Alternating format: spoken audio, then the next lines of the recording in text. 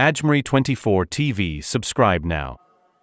মুআজ্জাজ হাজিরিন, উপস্থিত হযরত উলামায়ে কেরাম এবং বিভিন্ন দূর দূরান্ত থেকে আগত দিন প্রিয়, ইসলাম প্রিয়, কোরআন প্রিয়, আল্লাহ এবং আল্লাহ রাসূলের অগণিত অসংখ্য হাদিস প্রিয় দিনদার, ইমানদার, পরহেজগার, আল্লাহওয়ালা, খোদাবিরু সম্মানিত মুসলমান ভাইয়েরা, পর্দার অন্তরালে সম্মানিত মুসলমান মা ও বোনেরা, আল্লাহ রাব্বুল আলামিনের দরবারে লক্ষ কোটি অগণিত অসংখ্য শুকরিয়া, যিনি সারা পৃথিবীর অগণিত মানুষ থেকে যাচাই বাছাই করে আজকে আমাদেরকে সুন্দরগঞ্জ উপজেলা কেন্দ্রীয় কবরস্থান উন্নয়ন প্রকল্পে এক বিশাল ঐতিহাসিক 4 দিন ব্যাপী তাফসীরুল কোরআনে উপস্থিত হওয়ার, কিছু কথা বলার এবং শোনার তৌফিক দান করেছেন। তাই আমরা সকলে স্বতঃস্ফূর্তভাবে বলিষ্ঠ কণ্ঠে মহান রব্বুল আলামিনের শিখানো বাক্য দ্বারা শুকরিয়া আদায় করে বলি আলহামদুলিল্লাহ। কোন ব্যক্তি যখন শুকরিয়া আদায় করে, আল্লাহ রব্বুল আলামিন তখন তার নেয়ামতকে বৃদ্ধি করিয়া দেয়। পবিত্র কুরআনুল কারীম সূরাতুল ইব্রাহিম 7 নম্বর আয়া, আল্লাহ রাব্বুল আলামিন গোটা পৃথিবীর মানুষদেরকে ডাক দিয়া বলেন, লা ইন শাকারতুম লা আযীদান্নাকুম ওয়া লা ইন কাফারতুম ইন্না আযাবি লাশাদীদ।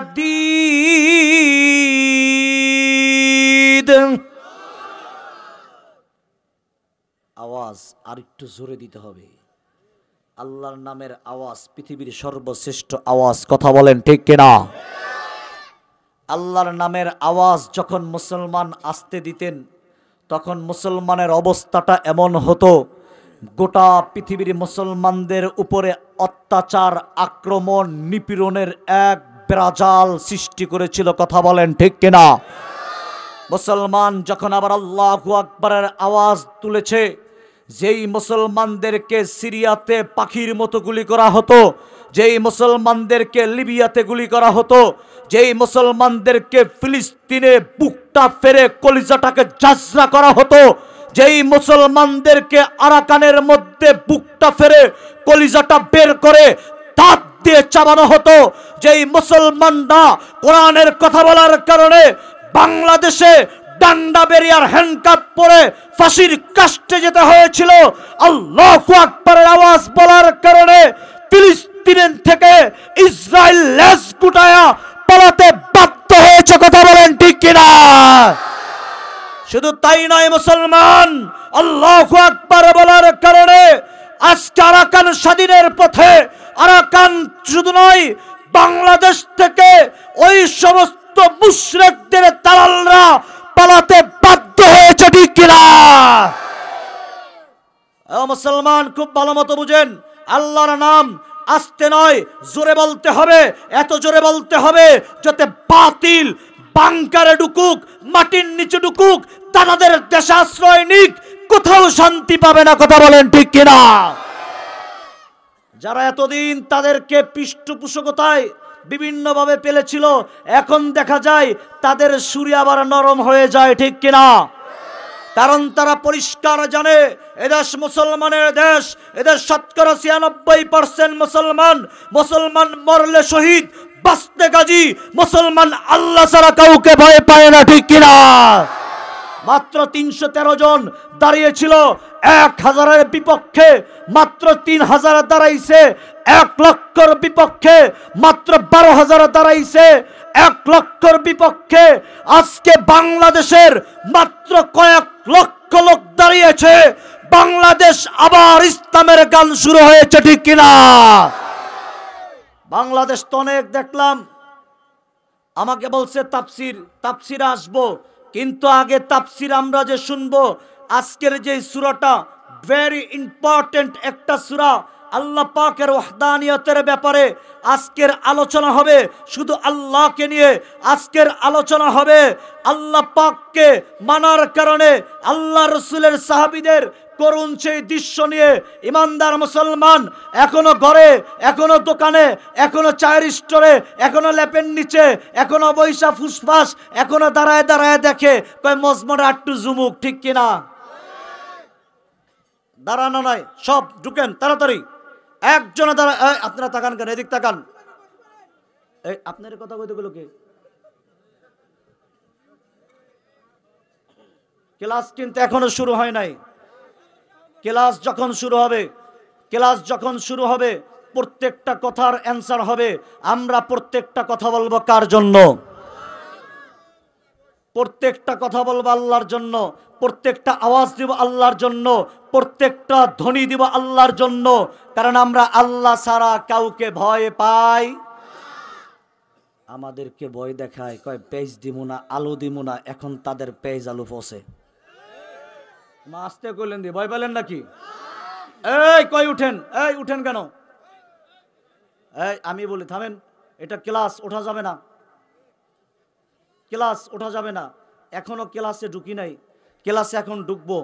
আমি আপনাদের সামনে যে সূরাটা তেলাওয়াত করেছি, এই সূরাটা হলো পবিত্র কুরআনুল কারীমের 112 নম্বর সূরা। আল্লাহ পাক পবিত্র কুরআনুল কারীমের মধ্যে 114টা সূরা নাজিল করেছে। এই 114টা সূরার মধ্যে 112 নম্বরে যার অবস্থান, যার আয়াত সংখ্যা হলো মাত্র 4টি। এবং যদি অবস্থার বিবেচনায় আসে, এই সূরাটার বাহ্যিক দিক দিয়ে যদি আসে, সব থেকে ছোট সূরার দিক দিয়ে যার অবস্থান হলো 2 নম্বরে। এবং এই সূরাটার মধ্যে আল্লাহ পাকের ওয়াহদানিয়তের ব্যাপারে এত শক্ত সাক্ষী দিয়েছে, বলা হয় পৃথিবীতে আর অন্য কোনো কিছুর প্রয়োজন ছিল না। শুধুমাত্র এই সূরা ইখলাস যদি নাজিল হইতো, শুধুমাত্র সূরাতুল ইখলাস যদি পড়া হইতো, শুধু সূরা ইখলাস যদি আল্লাহ পাক কিয়ামত পর্যন্ত নাজিল করে দিত, আর কোনো কিছুর প্রয়োজন হতো না। কথা বলেন ঠিক কিনা? আসুন এবারে এই সূরাতুল ইখলাস নিয়ে আপনাদের সামনে আমি আলোচনায় আসি। সূরাতুল ইখলাস, খুব ভালো মতো বুঝেন। এই সূরাতুল ইখলাসের শুরুর দিক দিয়ে যাই, ভূমিকা ছাড়া প্রথমেই আসবেন সূরাতুল ইখলাসের প্রথম আয়াত। আল্লাহ রাব্বুল আলামিন গোটা পৃথিবীর সমস্ত মানুষদেরকে ডাক দিয়া বলেন, কুল হুয়াল্লাহু আহাদ, আমি আল্লাহ এক, আমি আল্লাহ অদ্বিতীয়, ওয়াহদাহু লা শারীকা লা, আমি আল্লাহর কোনো শরীক। আসতে বললেন দি, অনেকে চুপচাপ আছে কথা বলেন না কেন? নিষেধ নাকি? সুন্দরগঞ্জের লোকের কথা বলা মনে হয় নিষেধ, নিষেধ নাই? আপনারা ভয় পান? আপনাদেরকে কি বলবো শুনেন, এই দেশ তো মুসলমানের দেশ। আর এই গাইবান্ধা থেকে আমার জানা মতে কোরআনের পাখির বিরুদ্ধে যেদিন আদালত রায় দিয়েছিল, সব থেকে বেশি জীবন দিয়েছিল এই গাইবান্ধার মানুষ। কথা বলেন ঠিক কিনা? এর দ্বারা প্রমাণিত করেছেন গাইবান্ধার মানুষ কোরআন প্রেমিক, কোরআনের পাগল। কথা বলেন ঠিক কিনা? এরা কোরআনের বিষয় কারো সাথে আপোষ করতে রাজি। যারা বলে না হেরা এই দলের লোক, ঠিক? চেয়ারে যারা বসছে বলে তো ঠিকঠাক, কোরআনের ব্যাপারে কারোর সাথে আপোষ হবে। এটা তো গাইবান্ধার জমিন। আমি আল্লাহ পাকের রহমতে প্রতি বছর, এই বছর বাদে প্রতি বছর আমি সংখ্যাগরিষ্ঠ হিন্দুদের দেশে, দাদাদের দেশে প্রায় 40 থেকে 60টা প্রোগ্রাম আল্লাহ পাক আমাকে করার সুযোগ দান করেন। আমি তাদের ওই জায়গায় এক একটা প্রোগ্রাম, আজকে আপনাদের প্যান্ডেল খালি, এক একটা প্রোগ্রামে লক্ষাধিক 2 লাখ 3 লাখ পর্যন্ত লোক হয়। ওপেন চ্যালেঞ্জ দিয়ে বলি, ওপেন ভাবে তাদের সাথে কথা বলি, হবার কি, যা হবার তাই তো হবে, ঠিক কিনা? হবে কি, যা হবার তাই তো হবে, ঠিক না? তাই বলে কি কোরআনের আওয়াজ বন্ধ থাকবে? তাই বলে কি হকের আওয়াজ বন্ধ থাকবে? তাই বলে কি মুশরিকদের বিপক্ষে আমাদের মুখের জবান বন্ধ থাকবে? মুসলমান আলেমরা সব সময় রক্ত দিয়া প্রস্তুত, ঠিক কিনা? এটা তো মুসলমানের দেশ। আপনারা কিসের ভয় পান? কিসের আপনারা এত তাদের সাথে আপোষ? কিসের কথাবার্তা? কোরআনের বিপক্ষে যারা যাবে তাদের সাথে কোনো সম্পর্ক থাকবে? এবার আসেন, আল্লাহ পাক ডাক দিয়া বলেন, আমি আল্লাহ এক, আমি আল্লাহ অদ্বিতীয়, আমি আল্লাহর কোনো শরীক। এরপরও কিছু মানুষ এমন আছে যারা প্রতিনিয়ত আল্লাহর সাথে শরীক করে, আছে না নাই? আমাদের সেই দাদাদের দেশে আমি তো প্রচুর পরিমাণে, আমাকে অনেক সময় গল্প শোনায়, আমাকে অনেকে বিভিন্ন রকমের ফজিলত বলে। আমি বলি এইগুলো আমাকে বলে লাভ নাই। তাদের কাশ্মীরের শ্রীনগর থেকে শুরু করে কাশ্মীর যেই মসজিদে 350 লোক রক্ষার জন্য নিজেদের বুকের তাজা রক্ত দিয়েছে, ইউপিতে যেই মসজিদকে রক্ষার জন্য প্রায় 250 লোক নিজেদের জীবনকে বিলীন করে দিয়েছে, তাদের থানাবন, তাদের সেই গাঙ্গু এবং তাদের সেই হাওড়া, মেদিনীপুর, তাদের মুর্শিদাবাদ থেকে শুরু করে ইন্ডিয়ার এমন কোন স্টেট নাই যে স্টেটগুলোর মধ্যে কোরআনের দাওয়াত, কোরআনের আওয়াজ, কোরআনের কথা বলি নাই। সুতরাং আমাকে তাদেরকে চিনায়ও না, আমি তাদেরকে তোমাদের থেকে কয়েক গুণ ভালো চিনি। কথা বলেন ঠিক কিনা? আমাদেরকে তারা ভয় দেখায়, তাদের কি আছে? 1 কেজি আঙ্গুর কেনার সাহস নাই, কিন্তু আঙ্গুরের কেজি 50 টাকা। নট সমালোচনা, এটা হলো ইমানি কথা। আমাদেরকে ভয় দেখায়, আসলে ভয়ের কোনো কারণ নাই। আমাদের দেশের কোনো মানুষ না খেয়ে নাই, ঠিক কিনা? দেখবেন কিছু নাই, ইনকাম নাই, কিন্তু জামাই আসবে বাজারের বড় মাছটা হের দখলে, ঠিক না? মাসালার আগেই ফোন দেয়, এই বড় মাছটা কিন্তু। বাস্তব না বাস্তব? তাদের প্রত্যেকটা স্টেট আমি ঘুরে দেখেছি, তাদের পথে ঘাটে, বাজার হাটে, বিল্ডিং এর ছাদে, সব জায়গার মধ্যে শুধু শিরিক আর শিরিক, ঠিক কিনা? সব জায়গার মধ্যে শুধু শিরিক। আল্লাহ রাব্বুল আলামিন পরিষ্কার ঘোষণা দেয় সূরাতুল লুকমান 12 নম্বর আয়া। আল্লাহ পাক ঘোষণা দেন, ইন্নাশ শিরকা লাযুলমুন আযীম।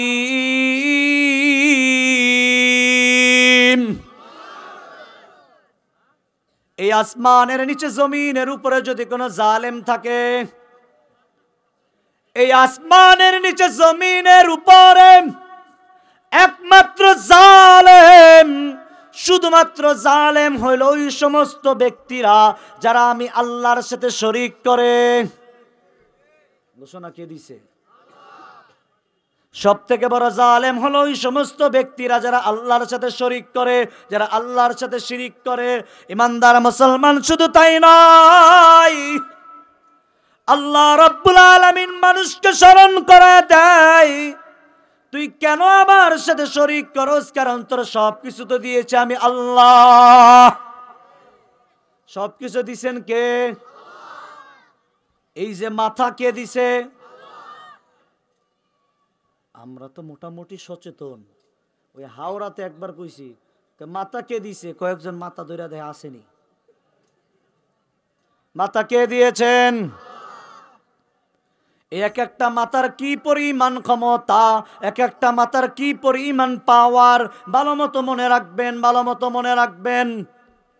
এক একটা মাথার মধ্যে আল্লাহ রাব্বুল আলামিন পৃথিবীর সব থেকে দামি যে কম্পিউটার আছেন, আমেরিকার নাসাতে যেই কম্পিউটারটা অবস্থিত, যেই কম্পিউটারের ওয়েট হলো 12.5 টন। কটুক এরকম কম্পিউটার তো আপনাদের এলাকায় আছে 2-1টা। বাংলাদেশে বাংলাদেশে এক একটা ট্রাক ওয়েট বহন করে 5 থেকে 7 টন, ঠিক না? কিন্তু একটা কম্পিউটার যার ওয়েট হলো 12.5 টন। পৃথিবীর সব থেকে বড় কম্পিউটার, বিগ কম্পিউটার। এই কম্পিউটারের মধ্যে একজন মানুষ, এই কম্পিউটারের বৈশিষ্ট্য কি? বলে এই কম্পিউটারের বৈশিষ্ট্য হলো প্রতি সেকেন্ডে সে 500 ইনফরমেশন কালেক্ট করে, প্রতি সেকেন্ডে 500 ইনফরমেশন আবার ডেলিভারি দেয়। এটাই হলো তার বৈশিষ্ট্য। ওই কম্পিউটারের মধ্যে একজন মানুষের মাথাকে ঢুকায়া দিছে। এবার কম্পিউটার অ্যান্সার করতেছেন, একজন মানুষের মাথায় আল্লাহ পাক এই পরিমাণ ক্ষমতা দান করেছেন, প্রতি সেকেন্ডে 5000 ইনফরমেশন কালেক্ট করতে পারে, প্রতি সেকেন্ডে আবার 5000 ইনফরমেশন ডেলিভারি দেয়। মাথা কে দিয়েছে?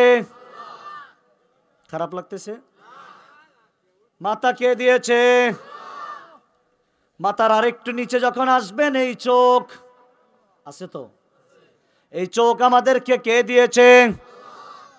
ইমানদার মুসলমান, পৃথিবীর চিকিৎসা বিজ্ঞান গবেষণা করে এবার বের করতেছে, বলে এক একটা চোখের কি পরিমাণ পাওয়ার, বলে এক একটা চোখের পাওয়ার হলো ওই পরিমাণ, এক একটা চোখের মধ্যে আল্লাহ পাক 26 কোটি ক্যামেরার পাওয়ার দান করেছেন। আসতে বলেন সুবহানাল্লাহ। সুবহানাল্লাহর একটা ওয়াজ তাইলে এবার শুনেন। গাছের ওয়াজ তো অনেক শুনছেন। আশরাফ আলী থানভী রহমতুল্লাহি আলাইহি নাম শুনছেন? হাকিমুল উম্মত, উম্মতের ডাক্তার আশরাফ আলী থানভী রহমতুল্লাহি আলাইহি, যার সামনে যদি কেউ বসতো তিনি তাকে চেহারা দেখা বইলা দিত সে কোন রোগে আক্রান্ত। সুবহানাল্লাহ বলেন। এই রোগ হইল আপনার টিউমার ক্যান্সার রোগ না, এটা হলো তার অন্তরের রোগ। একজনের ঘরে শান্তি নাই, এবার তারে বলছে বাবা তুমি নেশা ছেড়ে দাও, যায় বলছে হুজুর, বলে ঠিক আছে বাবা তুমি এখন থেকে সিগারেট ছেড়ে দাও। একজন যায় বলে হুজুর, বলে বাবা এখন থেকে তুমি নিয়মিত 5 ওয়াক্ত নামাজ পড়ো। একজন বলে হুজুর ঘরে যাই কিন্তু বল লাগে শান্তি নাই, বলে এখন থেকে তুমি দাড়ি রেখে দাও।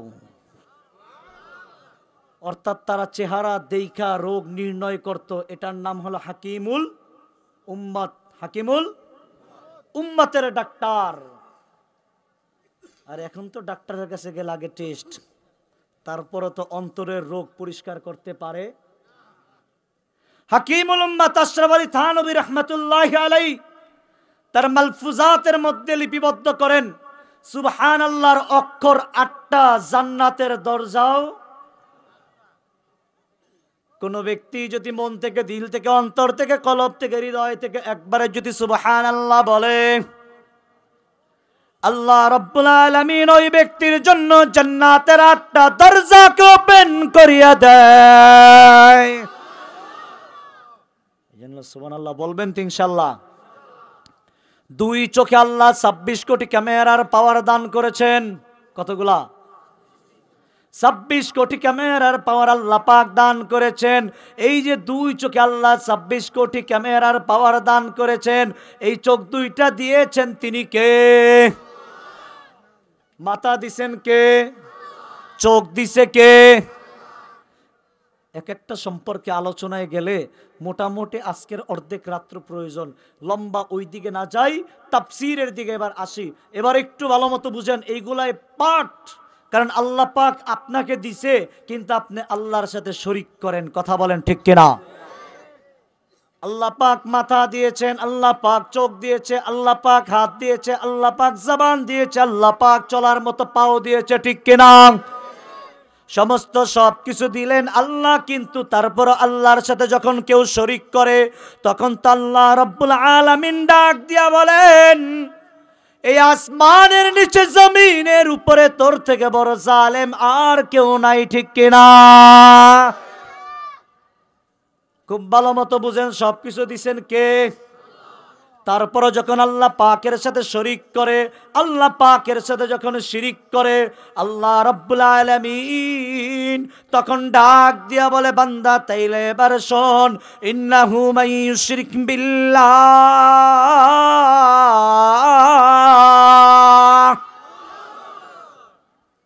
আমি আল্লাহর সাথে যারা শরীক করস, ফাকাদ হারামাল্লাহ আলাইহিল জান্নাহ, তোর জন্য আমি আল্লাহর বানানো জান্নাত চিরতরে হারাম। তার জন্য আল্লাহর বানানো জান্নাত চিরতরে। সুতরাং আল্লাহর সাথে শরীক করা, শিরিক করা যাবে? যাবে? যদি আল্লাহর সাথে কেউ শরীক করে, শিরিক করে এবং তারা যদি আমাদের উপরে দাদাইত্ব করতে চায়, তাদেরকে ছাড় দেওয়া যাবে? জীবন চলে যাবে কিন্তু তাদেরকে ছাড় দেওয়া যাবে না, ঠিক কিনা? ইমানদার মুসলমান খুব ভালো মতো বুঝেন, আল্লাহ রাব্বুল আলামিন আমাদেরকে তো একটা মুসলমানের দেশে জন্মগ্রহণ করাইছেন। এমন একটা সময় ছিলেন গোটা মক্কার জমিনে একজন আল্লাহ বলনেওয়ালা ব্যক্তি ছিল না।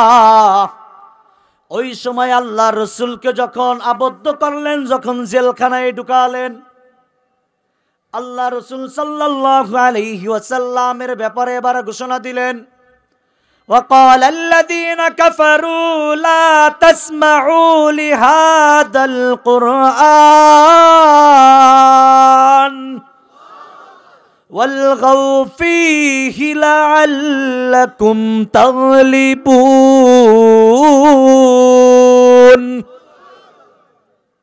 ঘোষণা দিলেন যারা কোরআন শুনে, যারা কোরআন পড়ে, যারা কোরআনওয়ালা, এদের সাথে সম্পর্ক রাখা যাবে। আমরাও দেখছি আমাদের দেশে যারা কোরআনওয়ালা, যারা কোরআন পড়ে, যারা কোরআনের কথা বলে, যারা কোরআনের পাখি নামে পরিচিত, যারা কোরআনের দাওয়াত শুধু বাংলাদেশ নয় গোটা পৃথিবীতে ছড়ায়া দিয়েছিল, সেই সমস্ত ব্যক্তিদেরকে দরে দরে বেছে বেছে তাদেরকে ফাঁসির কাষ্ঠ থেকে শুরু করে তাদের জেলখানার আয়নাগরে পর্যন্ত নেওয়া হয়েছে। কথা বলেন ঠিক কিনা? আল্লাহ সার দেয়, ছেড়ে দেয়, সারে। আজকে সব আছে আমাদের, এরপর আমরা চিন্তিত। সাহাবায়ে কেরামের কিচ্ছু নাই, এরপরে তাদের কোনো চিন্তা। কেমন চিন্তা মুক্ত? একটা ঘটনা বললে আপনাদের বুঝে আসবে। আল্লাহ রসুলের একজন সাহাবী, দেখতে একদম কালো, গরিব, নাম হলো সাদে সালোমি। সুবহানাল্লাহ বলেন। বললেন কেন? তারা আমাদের পথ প্রদর্শক। আল্লাহ রসুল বলেন আসহাবি কান্নুজুম, সাহাবায়ে কেরাম হলো চন্দ্রের মতো। সুবহানাল্লাহ বলেন। এক এক সাহাবীর এক একটা গুণ, এক এক সাহাবীর এক একটা বৈশিষ্ট্য। আপনাদের কষ্ট হয়? এক এক সাহাবীর এক একটা গুণ। রসুল তো তাই বলেন, আরহামু উম্মতি বি উম্মতি আবু বকর ওয়া শাদ্দাহুম ফি আমরিল্লাহি উমর وأصدقهم حياء العثمان وأقضاهم علي। الله أكبر। তাই তো কবিতার ভাষার মধ্যে খুব সুন্দর করিয়া বলেন, দুনিয়া কি সদাকত মে তেরা নাম রহেগা, दुनिया की सदाकत में तेरा नाम रहेगा, उस्मान तेरा नाम से इस्लाम रहेगा, दुनिया की सखावत में तेरा नाम रहेगा, आली तेरा नाम से इस्लाम रहेगा। এক এক সাহাবীর এক একটা গুণ, এক একটা বৈশিষ্ট্য। আল্লাহর নবীর সব থেকে কাছের সাহাবী, সব থেকে প্রিয় সাহাবী হযরতে আবু বকর সিদ্দিক। আল্লাহু আকবার। আবু বকর সিদ্দিক রাদিয়াল্লাহু তাআলা আনহু, তিনি যখন একদিন রাস্তার পাশ দিয়ে হেঁটে যাচ্ছেন, হঠাৎ করিয়া মদিনার দুইটা ইহুদি বসা, তারা আল্লাহ পাকের ব্যাপারে কথাবার্তা বলেন। আল্লাহ পাক পবিত্র কুরআনুল কারীমের আয়াত নাযিল করলেন, মান দাল্লাযী ইউকরিদুল্লাহ করদান হাসানা। আল্লাহ পাক যখন এই আয়াত নাযিল করলেন, এক ইহুদি আর এক ইহুদির সাথে বসিয়া এবারে বলতেছে, বলে শোনো, মুসলমান তো গরিব গরিব, মুসলমানের আল্লাহও গরিব। এত আস্তে নাউজুবিল্লাহ, আরো জোরে বলেন। মুসলমান তো গরিব, মুসলমানের আল্লাহও গরিব। হযরতে আবু বকর সিদ্দিক রাদিয়াল্লাহু তাআলা আনহু সহ্য না করতে পেরে এবার ইহুদিকে ডাক দিলেন, এদিকে আয়। ওই ইহুদিকে ডাকিয়া এমন জোরে একটা চটকনা মারলেন, ওই ইহুদি জমিনে পড়ে গেছে, আর উঠতে পারে না। আবু বকর সিদ্দিক এবার রাগে গোসায় গোটা শরীর লাল হয়ে গেছে, তিনি রাগে কাঁপতেছেন। এই দিক দিয়ে আবু বকর সিদ্দিক যখন দেখে আর উঠতে পারে না, এবারে তিনি সোজা হাঁটা দিলেন। ওই ইহুদি একটু পরে উঠিয়া আল্লাহর নবীর দরবারে গেলেন। রসুলের দরবারে গিয়া যায় বলেন, ইয়া রাসূলুল্লাহ, আপনার সাহাবী আবু বকর তো আমাকে একটা মারছে। আল্লাহ রসুল ডাক দিয়া বলেন, তুমি মনে হয় ভুল বলো, কারণ আবু বকর তো কাউকে আঘাত করতে পারে না। আমার উম্মতের মধ্যে সব থেকে শান্ত, সব থেকে নরম, সব থেকে ভদ্র, সব থেকে ঠান্ডা মেজাজের যেই ব্যক্তি, তার নাম হলো আবু বকর সিদ্দিক। আল্লাহু আকবার। এই ব্যক্তির নাম মনে হয় ওমর, কারণ অন্যায় যেই জায়গায় প্রতিবাদ সেই জায়গায় করে যেই ব্যক্তি তার নাম ওমর। তার নাম কি? অন্যায় যেই জায়গায় প্রতিবাদ হবে সেই জায়গায় অন্যায় দেখব, ছাড়ব না। অন্যায় হবে সাথে সাথে প্রতিবাদ হবে। হযরত ওমরের অবস্থাটা দেখিয়া আল্লাহ রাসূল বললেন, তুমি মনে হয় নামটাকে ভুল করেছো, এই নামটা তো হবে ওমর। কারণ ওমর হলো এমন একজন ব্যক্তি, ওমর যেই রাস্তা দিয়া হাঁটে ওই রাস্তা দিয়া শয়তানও হাঁটে না। এত আস্তে সুবহানাল্লাহ, জোরে বলেন। ওমর হলো এমন একজন ব্যক্তি যার ভয়ে মদের বোতল দুধে পরিবর্তন হয়ে যায়। আরো জোরে বলেন। চেয়ারে বইয়া কি ঘুমায় নাকি? জোরে সোরে একটা তাকবীর দিতে হবে, পারবেন তো ইনশাল্লাহ? এই উঠেন না, যদি খারাপ লাগে হাত উঠান, শেষ করে দিব। খারাপ লাগতেছে? নারায়ে তাকবীর, নারায়ে তাকবীর। আল কোরআনের আলো। এই আওয়াজ এত জোরে দিতে হবে, আপনাদের এই জায়গা থেকে বর্ডার মনে একটু কাছে। হ্যাঁ, বর্ডার কাছে না দূরে? মোটামুটি কাছে ঢাকার থেকে, ঠিক কিনা? তাই তারা বলে টুপ করে ঢুকবে, আমি বলি টুপ করে ঢুকবো কেমনে এই তাফসীর মাহফিল অতিক্রম করে? কথা বলেন ঠিক কিনা? টুপ করে ঢোকার কোনো অবকাশ, কোনো সিস্টেম। অন্যায় যেই জায়গায় প্রতিবাদ সেই জায়গায় নাম হলো হযরত ওমর। কথা বলেন ঠিক কিনা? হযরত ওমর ফারুক রাদিয়াল্লাহু তাআলা আনহু, তার অবস্থাটা হলো এমন, রাতের বেলা তিনি যখন হাঁটতেন উনি পাহারাদারি করতেন, কোথায় কে আছে উনি এই পাহারাদারির মধ্যে একদিন দেখে এক মাতাল ওইটা হেলতেছে ডুলতেছে, তার একটু চোখ গেছে, দেখে হযরত ওমরের মতো লাগে।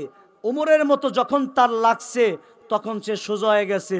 দেখবেন মাতাল যত বড়ই হোক না কেন, কিন্তু পুলিশ দেখলে সোজা, ঠিক না?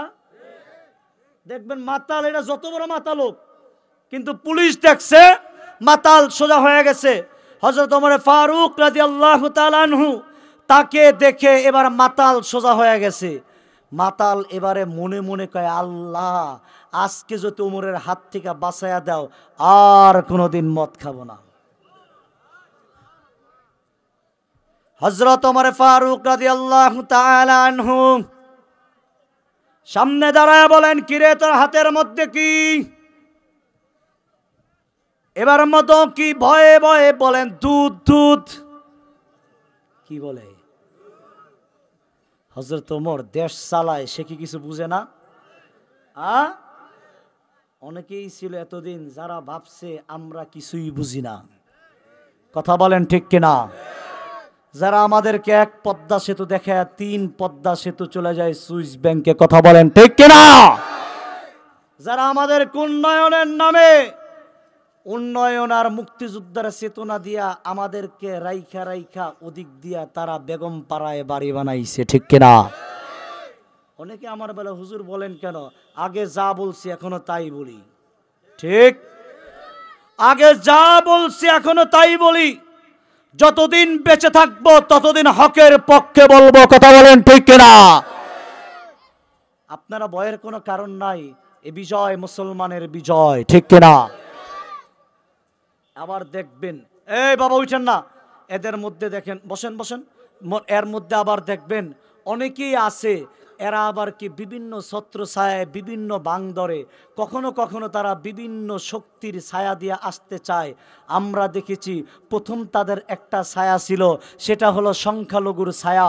সংখ্যালঘু লীগ কাজ হয় নাই, আনসার লীগ কাজ হয় নাই, এরপরে তারা পাঠাইছে রিক্সা লীগ, ওটাও কাজ হয় নাই, এরপরে সর্বশেষ এখন তারা সাদিয়ানি লীগ পাঠাইছে, কাজ হবে না। কথা বলেন ঠিক কিনা? সব থেকে বড় যে লীগ পাঠাইছে তাদের যে ট্রাম্প কার্ড ছিল ওটাকেই তো আমরা ধরে রেখে দিছি। এখন আবার তোমরা এইগুলা আমাদের সামনে আনো কেন? ইসকন আমি দেখেছি যাদেরকে ভারতের হিন্দুরাই দেখতে পারে না। ইনফরমেশন দিয়ে যাই, শুনেন, গত 2-3 দিন আগেও ইন্ডিয়ার বেশ কয়েকজন বড় বড় ওয়াইজিন আমার বাড়িতে আমার মসজিদে তারা অবস্থান করেছিল, একসাথে কিছু প্রোগ্রামের সুযোগ হয়েছিল, তাদেরকে ইনফরমেশন আমরা দিয়েছি এবং তাদেরকে এই দেশের হিন্দুরা রিপোর্ট করেছে আমরা স্বাধীনতার পরে থেকে এত শান্তিতে কোনো দিন পূজা করতে পারি নাই এই বছর আমরা যেইভাবে দুর্গা পূজা উদযাপন করছি। কিন্তু তারপর তারা সংখ্যালঘুর নাম দিয়া ইসকন লীগ দাঁড়া করায়া তারা বাংলাদেশের স্বাধীনতা সার্বভৌমত্বের মধ্যে আঘাত হেনে তারা বাংলাদেশের সেই সিলেটের বর্ডার ক্রস করে বাংলাদেশে তারা ঢোকার সেই পাইতারা করেছে। কিন্তু যখন দেখেছে এদেশের মুসলমান তৌহিদি জনতা, এদেশের ছাত্র জনতা, এদেশের আবাল বৃদ্ধ থেকে শুরু করে এদেশের কৃষিবিদ থেকে শুরু করে এদেশের সমস্ত মানুষগুলা যখন মাথার পাগড়ি খুলে হুজুররা কোমরে বেঁধেছে, তখন তারা আবার তাদের দেশে পালাতে বাধ্য হয়েছে। কথা বলেন ঠিক কিনা? সুতরাং সময় খুব বেশি দূরে নাই। এখন আবার দেখবেন তাদের সুরও যখন নরম হয়, এটা আবার তারা যত যাই কিছু বলে, এই যে ইসকন লীগ, আমি নিজের চোখে দেখা, আপনাদেরকে কি বলবো, বাস্তব হিস্ট্রি, এদেরকে ইন্ডিয়াতে তাদের কোনো কার্যক্রম চলতে দেয় না, আর এরা বাংলাদেশে আসছে তাদের কার্যক্রম চালাবে। কত বড় সাহস! আমার বাংলার একজন মুসলমান আইনজীবীকে তারা প্রকাশ্যে জবাই করার মতো দুঃসাহস দেখায়। কথা বলেন ঠিক কিনা? পরিষ্কার ঘোষণা, যেই সমস্ত প্রভুদের মাথায় তোমরা আইসা তাদের উপরে ভর করে আসতে চাইবা, তারাই বাংলাদেশে নিষিদ্ধ হবে। কথা বলেন ঠিক কিনা? ইসকনের ঠাঁই বাংলায় হবে না, কারণ এদেশ মুসলমানের। এদেশে যারাই কোরআনের বিরোধিতা করেছে তারাই এদেশ থেকে পলায়ন করেছে। কথা বলেন ঠিক কিনা? তসলিমা নাসরিন বোরকার বিরুদ্ধে কথা বলেছে। বোরকার বিরুদ্ধে কথা বলার কারণে বাংলাদেশের যুব সমাজ টেকনাফ থেকে তেতুলিয়া, রূপসা থেকে পাথুরিয়া এক দফা এক দাবি, তসলিমা তুই কখন যাবি? যেই তসলিমা বোরকার বিরুদ্ধে কথা বলেছে সেই তসলিমা রাতের আধারে বোরকা পরে বাংলাদেশ থেকে পালাতে বাধ্য হয়েছে। কথা বলেন ঠিক কিনা? এতটুকু পর্যন্ত আপনারা জানেন। আজকে এবার আপনাদেরকে আমি আরেকটা ইনফরমেশন দিতে চাই, শুনলে রাগ করবেন না তো? ইন্ডিয়ার মুর্শিদাবাদ, আমি স্টেজে যখন উঠি ওই জায়গার এক হুজুর আমার হাত মুসরায় আর কয়, হুজুর একটা সুখবর আছে। আমি এটা আবার কি? ভাবছিলাম হয়তো হাদিয়া তোফা একটু বাড়ায় সারাই দিব। কয় সুখবরটা হলো আপনাদের দেশে কোরআনের বিরোধিতা করে আইটেম পাইছে একটা জুতার বাড়ি। আসতে বললেন কেন? জোরে বলেন, জোরে বলেন, জোরে বলেন, ঠিক কিনা? আপনাদের দেশে কোরআনের বিরোধিতা করে আইটেম পাইছে একটা, আমাদের দেশে আইসা এবার আশ্রয় নিয়েছে, আমরা সাথে আইটেম আরো দুইটা বাড়ায় দিছি। আমি বললাম সে দুইটা আইটেম কি? বলে তার একটার নাম হলো জারুর বাড়ি আর একটা হলো চেয়ারের বাড়ি। কথা বলেন ঠিক কিনা? তার মানে পরিষ্কার আমার বুঝে আসছে, ইসলাম কোরআনের বিরোধিতা যেই করবে, পৃথিবীর যেই জায়গায় যাক না কেন, পৃথিবীর যেই দেশেই যাক না কেন, তাকে পৃথিবীর কোথাও অ্যাকসেপ্ট করবে না। পৃথিবীর পরাশক্তি যুদ্ধে বিধ্বস্ত দেশ ইরাকে যাওয়ার পরে মুসলমান সাংবাদিক জুতা খুলে যখন তার দিকে নিক্ষেপ করেছে, পৃথিবীর সব থেকে দামি জুতা, ওই জুতার দাম উঠছে। কথা বলেন ঠিক কিনা? সুতরাং জুতার দাম বাড়ছে, কোরআনের বিরোধীকে মারছে, ঠিক কিনা? জুতার বাড়ি কিন্তু শুরু নমরুদ থেকে। আমি ওই দিকে যাব না, তবে আমি এতটুক সতর্কতা আর এতটুক মনে করায় দিতে চাই, এদেশ কোরআনের দেশ, ঠিক কিনা? এদেশে তসলিমা নাসরিন কোরআনের বিরুদ্ধে কথা বলেছে, টিকতে পারে নাই। দাউদ হায়দার কথা বলেছে, টিকতে পারে নাই। আহমদ শরীফ কথা বলছে, টিকতে পারে নাই। লতিফ সিদ্দিকী কথা বলেছে, মন্ত্রিত্ব টিকাইতে পারে নাই। মুসলমান টাকলা মুরাদ কথা বলেছে, নমিনেশন বাংলার মাটিতে জমে নাই। এবং এই সমস্ত নাস্তিকদেরকে, শাহবাগীদেরকে সহযোগিতা করেছে যেই দল, ওই দল বাংলাদেশে টিকতে পারে নাই। কথা বলেন ঠিক কিনা? তাদের যারা সহযোগিতা করছে তারা টিকতে পারবে? তাদেরকে বাড়ি চালান দিয়েও খুঁজে পাওয়া যায় না। মাঝে মধ্যে তাদেরকে লাঠি চালান দিয়ে খুঁজে বের করতে হয়, ঠিক না? এদের জন্য বাড়ি চালান না লাঠি চালান? ঠিক কিনা? ও মুসলমান, খুব ভালো মতো বুঝেন। কেউ যদি উঠে মনে করেন হে মনে হয় দলের, ঠিক? কেউ উঠবেন, ছুটি নিবেন, ক্লাস আগেই বলছি এটা কি ক্লাস, ছুটি নিবেন, ছুটি দিব, ঠিক আছে তো ইনশাল্লাহ। খারাপ লাগতো সারা রাত বলেছে, শুনেন লম্বা সময় চলবে না, আবেগ নয় বিবেক দিয়া, কারণ আমরা কোরআনের আলোচনা হবে কিন্তু ফজরের নামাজও পড়তে, আর না হয়তো ওই দাদা নাতির ওয়াজের মতো ওয়াজ শুনছে, এবার হুজুর ওয়াজ করছে, কাপড় যদি উপরে উঠে তাইলে কবিরা গুনাহ, কাপড় উপরে উঠলে কবিরা গুনাহ। দাদা নাতি দুইজন যাইতেছে, আস্তে আস্তে খাল পার হয় আর দাদা কাপড়ে উঠায়, এবার নাতি কয় দাদা, বলে কি হইছে? কাপড় যে উপরে উঠতেছে কবিরা গুনাহ নইব। দূরে বেড়া, আমি 30 বছর ধরে ওয়াজ শুনি, খালের ওফার কোনোদিন নিলাম না, তুই একদিন খালের এফার ওয়াজ নিবি। এরকম আছে না নাই? ওয়াজ শুনে কিন্তু ওয়াজ আর বাড়িতে যায়, ঠিক কিনা? ওয়াজ আমাদের বাড়িতে যেতে হবে, ঠিক আছে তো ইনশাল্লাহ? কথা বলেন, ঠিক আছে তো ইনশাল্লাহ? তাইলে হযরত ওমর, যার ভয়ে মদের বোতল দুধে পরিবর্তন, মনে আছে তো? হযরত ওমর ওই ব্যক্তি যিনি জায়গায় দাঁড়ায় কথা বলছে, আল্লাহ পাক 1500 মাইল দূরে তার কথার আওয়াজ পৌঁছায় দিছেন। জোরে বলেন সুবহানাল্লাহ। আল্লাহর নবীর সাহাবী হযরত ওমর ফারুক রাদিয়াল্লাহু তাআলা আনহু দাঁড়ায় কথা বলেছেন, ইয়া সারিয়াল জাবাল, এই যুদ্ধের বাহিনী তোমরা একটু তাকায় দেখো, তোমাদের পিছনে শত্রু বাহিনী, ওই পাহাড়ের পিছনে তোমাদের শত্রুরা দাঁড়ায় আছেন। যেই মাত্র এই কথাটা বলেছেন, সামনের কাতারের মুসল্লিরা ডাক দিয়া বলে, ওমর তোমার কথা কি ওই সমস্ত যুদ্ধে যারা আছেন তারা শুনেন কিনা? হযরত ওমর তাদেরকে ডাক দিয়া বলে, ভাই শুনো, তারা আমার কথা শুনে কিনা, তারা আসার পরে তাদেরকে তোমরা জিজ্ঞাসা করবা। বলে তারা তো তোমার থেকে 1 মাইল 2 মাইল নয়, প্রায় 1400 মাইল দূরে, তারা কিভাবে তোমার কথা শুনে? বলে তারা যুদ্ধে থেকে আসার পরে জিজ্ঞাসা করবা। তারা যেই মাত্র যুদ্ধে থেকে আসলো, সাথে সাথে তাদেরকে গ্রাউ দিয়া দাঁড়াইছে, গ্রাউ দিয়া দাঁড়ানোর পরে এবার তাদেরকে জিজ্ঞাসা করে, শুক্রবার দিন আমাদের আমিরুল মুমিনিন তোমাদেরকে যে যুদ্ধের ডাইরেকশন দিয়েছিল তোমরা শুনেছিলা কিনা?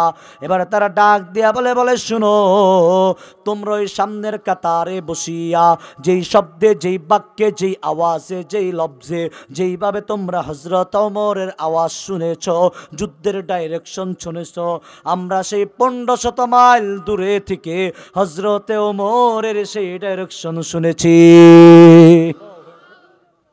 ইমানদার মুসলমান, হযরত ওমর মরুভূমির কিনারে দাঁড়ায় দাঁড়ায় চিন্তা করেন, আমি তো ছিলাম সেই ওমর যে ওমরের কথা সামান্য বকরি শুনতো না।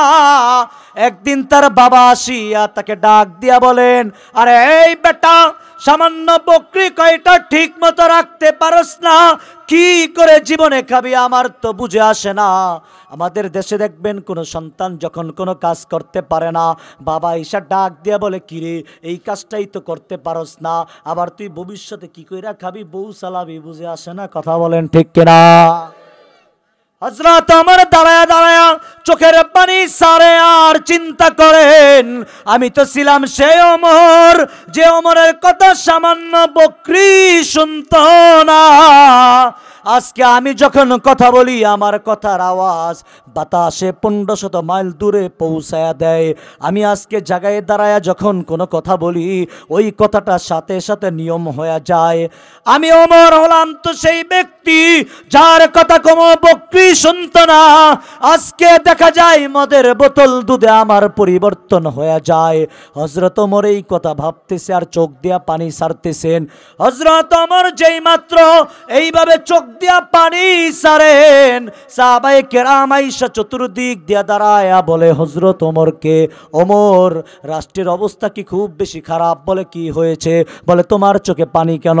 বলে না না, রাষ্ট্রের অবস্থা খারাপ নয়, আমি আমার অবস্থাটা চিন্তা করতেছি। বলে কি তোমার অবস্থা, তুমি চিন্তা করো?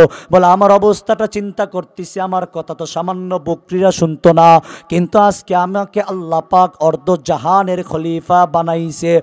আমার কথা তো সামান্য বকরিরা শুনতো না, আজকে অর্ধ পৃথিবী আমি শাসন করি।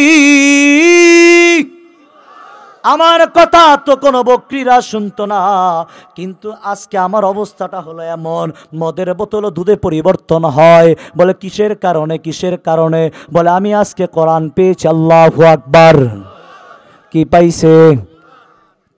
কোরআন পাওয়ার কারণে হযরত ওমরের অবস্থাটা আল্লাহ পাক পরিবর্তন করিয়া দিছে। ইমানদার মুসলমান খুব ভালো মতো বুঝবেন, কোরআন যখন কোনো ব্যক্তির মধ্যে থাকে, ওই ব্যক্তি হলো পৃথিবীর সব থেকে বড় বাদশা। কথা বলেন ঠিক কিনা? কারণ কোরআন হলো এমন একটা কিতাব, এই কিতাব কোনো ব্যক্তি যখন সিনায় ধারণ করে, এই কোরআন যখন কোনো ব্যক্তি সিনার মধ্যে নেয়, এই ব্যক্তির মধ্যে তখন দুনিয়া থাকে। আসতে বললেন দি থাকে। কোরআন যখন কোনো ব্যক্তি সিনার মধ্যে নেয়, তখন তার দুনিয়াদারিত্বের কোনো চিন্তা ভাবনা থাকে না। ও ইমানদার মুসলমান, আমাদের কোরআনের পাখি এতগুলো দেশ ঘুরলো। আল্লামা জুবায়ের আহমদ আনসারী, আল্লামা দেলাওয়ার হোসেন সাইদি,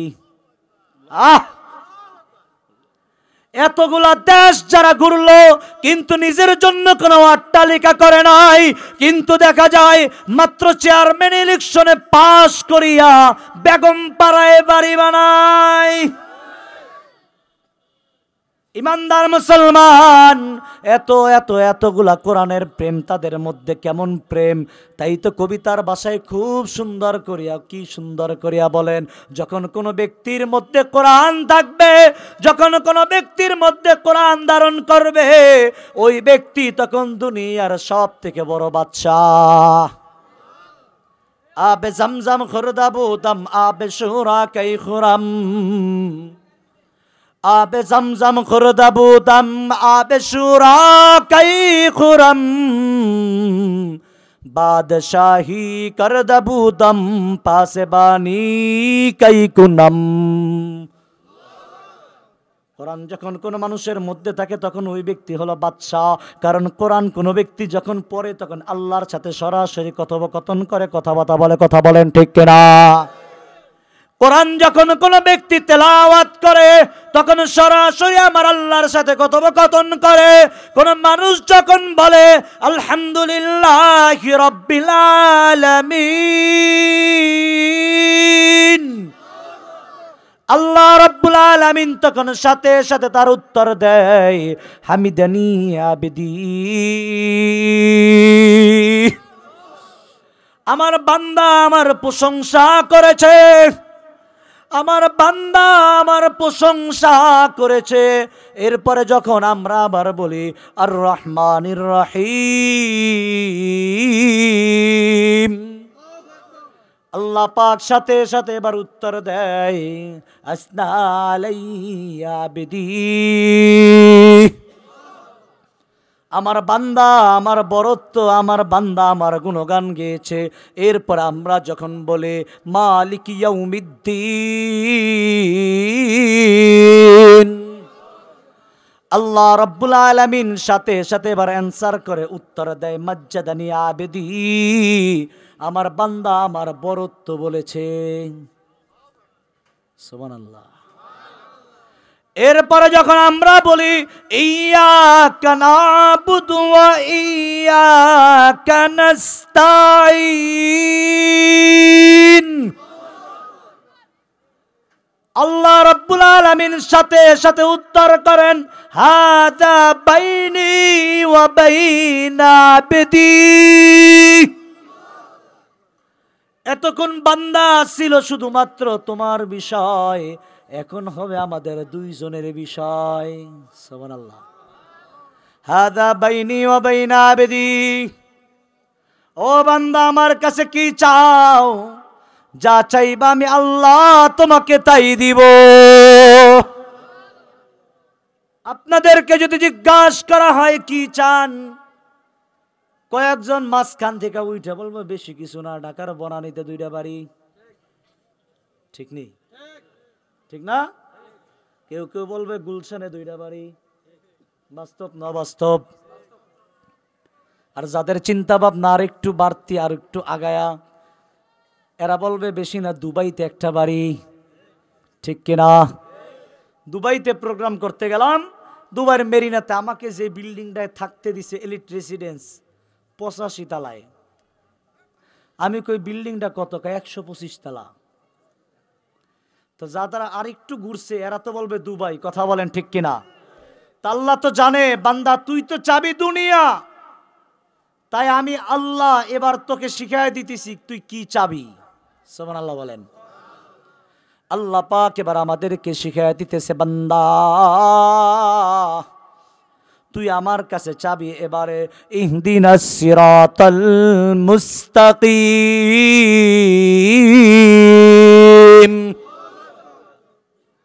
বান্দা তুই আমার কাছে চাল্লা, আমাকে তুমি একটা পথ দাও, সহজ সরল সঠিক পথ, কথা বলেন ঠিক কিনা?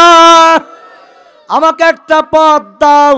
আল্লাহ যেই পথে সাহাবায়ে কেরাম চলেছে, নিজেদের জীবনকে উৎসর্গ করেছে, আল্লাহ আমাকে এমন একটা পথ দাও যেই পথে চললে আমি শুধুমাত্র তোমার সাথে সম্পর্ক রাখতে পারবো, কথা বলেন ঠিক কিনা? ইহদিনাস সিরাতাল মুস্তাকিম। আল্লাহ আমাকে একটা সহজ সরল একটা সঠিক পথ দাও যেই পথে চললে আমি সাহাবায়ে কেরামের মতো চলতে পারবো। সুতরাং আমরা কথোপকথন করি কার সাথে? জোরে বলেন কার সাথে? এত আস্তে কেন? আরো জোরে বলেন কার সাথে? সুতরাং আমরা বাদশা নাকি আমরা প্রজা? আমরা বাদশা কিনা? আস্তে বলেন কিনা? বাদশা কিনা বলেন? আমরা দুনিয়ার হলো একমাত্র বাদশাহ। কেমন বাদশাহ আমরা এবার ভালো মতো বুঝেন। আমরা পৃথিবীতে মুসলমান হলো একমাত্র বাদশাহ, কারণ এই পৃথিবী টিকে আছে মুসলমানের কারণে। পৃথিবীতে যতদিন পর্যন্ত একজন আল্লাহ বলনে ওয়ালা ব্যক্তি থাকবে, আল্লাহ পাক ততদিন পৃথিবীতে কোন রকমের কোন আযাব গজব তো দূরের কথা, ততদিন পর্যন্ত পৃথিবীতে কিয়ামত হবে না। বাংলাদেশ দেখবেন অনেক লড়ে সরে কিন্তু টলে, ঠিক না? কিন্তু বড় আফসোস আর দুঃখের বিষয়, বিজয় দিবসের নামে কনসার্ট করে, আছে না নাই? আসতে বলেন কেন? ভয় পান নাকি? জোরে বলেন ঠিক কিনা? বিজয় দিবসের নামে তারা কনসার্ট করে। এই গত কিছুদিন আগে এরা আবার শুধু কনসার্ট নয়, এরা বিভিন্ন রকমের অত্যাচারিতার সাথে বিভিন্ন রকমের এমন কালচার এমন কাজগুলা করে যারা তারা ধ্বংস ডেকে আনে। কিন্তু মুসলমান খুব ভালো মতো বুঝেন, একদিন শেষ রাতে যখন বের হলাম দেখি মানুষজন সব খালি দৌড়ে বের হয়, কিরে কি হয়েছে? কয় ভূমিকম্প শুরু হয়েছে, ঠিক কিনা? কিন্তু কোন ব্যক্তি যখন আল্লাহকে পায় তখন তার ভূমিকম্পও কোনো কাজ করে না, ঠিক কিনা? আল্লাহকে যখন পায় ভূমিকম্পও তখন কাজ করে না। মদিনাতুল মুনাওয়ারায় ভূমিকম্প শুরু হয়েছে, হযরত ওমরের হাতে একটা লাঠি, যে লাঠিটা জমিনের মধ্যে আঘাত করেছে, থাম মাটি, সাথে সাথে ভূমিকম্প থেমে গেছে। আল্লাহু আকবার। পৃথিবীর বিজ্ঞানিকরা টেস্ট করে এবারে বলেন কোনদিন আর মক্কা মদিনাতে কিয়ামতের আগ পর্যন্ত ভূমিকম্প হবে না। সুবহানাল্লাহ বলেন। ইমানদার মুসলমান, এবার বাংলাদেশ লড়ে সরে কিন্তু টলে না। কারণ কি? কারণ বাংলাদেশ হলো কোরআনের ফ্যাক্টরি। আমি যখন গেলাম বাহরাইনে, কুয়েতে, কাতারে, আমি বিভিন্ন মসজিদের ইমামদেরকে দেখেছি বাংলাদেশের হাফেজ। আর আসতে কন যদি মানুষজন শুনে ফেলে, জোরে বলেন। যেই দেশের ভাষা কোরআনের ভাষায়, সেই দেশের মসজিদের ইমাম হলো আমার বাংলাদেশের একজন দরিদ্র ফ্যামিলির ছেলে। আল্লাহু আকবার। বাংলাদেশ কোরআনের ফ্যাক্টরি। ওই যে যখন রাতের বেলা লড়ে সরে বের হয়ে আমি দেখি ছোট্ট ছোট্ট হাফেজ কোরআনরা ঢুলে আর কোরআন শরীফ পড়ে, মনে হইল একমাত্র ওই বাচ্চাদের কারণে আল্লাহ পাক ভূমিকম্প থেকে আমাদেরকে হেফাজত করছেন, ঠিক না? এই জন্য দেখবেন বাংলাদেশ লড়ে সরে কিন্তু টলে। বিপক্ষে 10 জন খারাইছে, পক্ষে একটা খারাইছে, ওই 10টা সোজা, ঠিক কিনা? আমরা তো জানি সিকিমের ইতিহাস। গভীর ষড়যন্ত্র। হয়তো 2-1 বছরের মধ্যে সিকিমের পরিবর্তন, সিকিমের অবস্থা আমাদের কি বইতে হইতো, কিন্তু আল্লাহ পাক নিজ হাতে আমাদেরকে হেফাজত করছেন। কথা বলেন ঠিক কিনা? তার মানে এটা কোরআনের বরকত। আমি হাদিস পড়ে যা পাই, গবেষণা করে যা পাই, গজওয়ায়ে হিন্দ মনে হয় কেন জানি বাংলাদেশ থেকে শুরু হবে।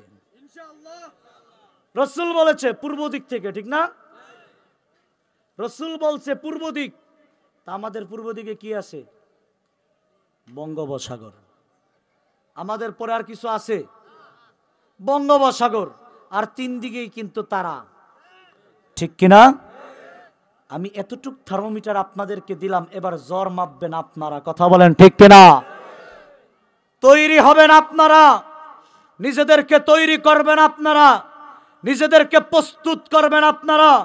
গজওয়ায়ে হিন্দ খুব অতি সত্বর কেন জানি মনে হয় কায়েম হয়ে যাবে। যদি হয় বাংলাদেশ থেকে আমরাই সর্বপ্রথম তাদের সাথে শরীক হব। আল্লাহ কবুল করে নাও।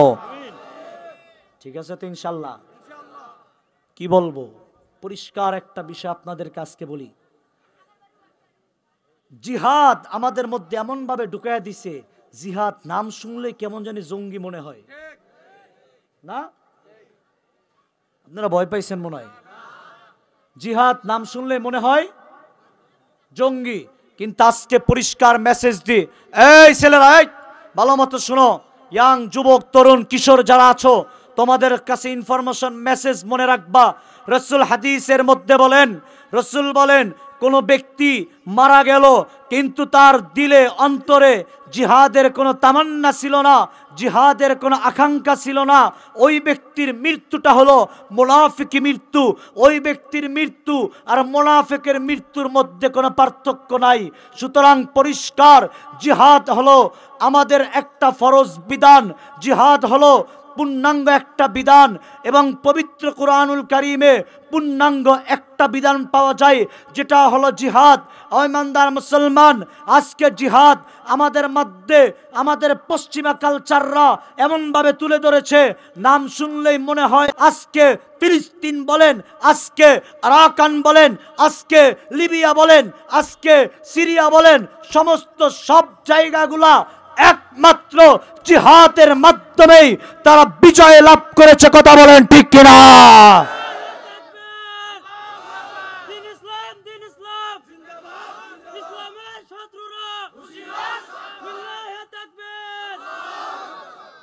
ইমানদার মুসলমান খুব ভালো মতো বুঝেন, জিহাদের আমাদের সামনে উপস্থাপন কেমন হয়? জঙ্গি, ঠিক না? কিন্তু আজকে থেকে এটা কি জঙ্গি মনোভাব থাকবে? থাকবে? মনে রাখবেন, আবার বলি, যদি কারো অন্তরে জিহাদের তামান্না নাই, এই অবস্থায় যদি মারা যায়, এই লোকের মৃত্যু হলো মুনাফিকি মৃত্যু।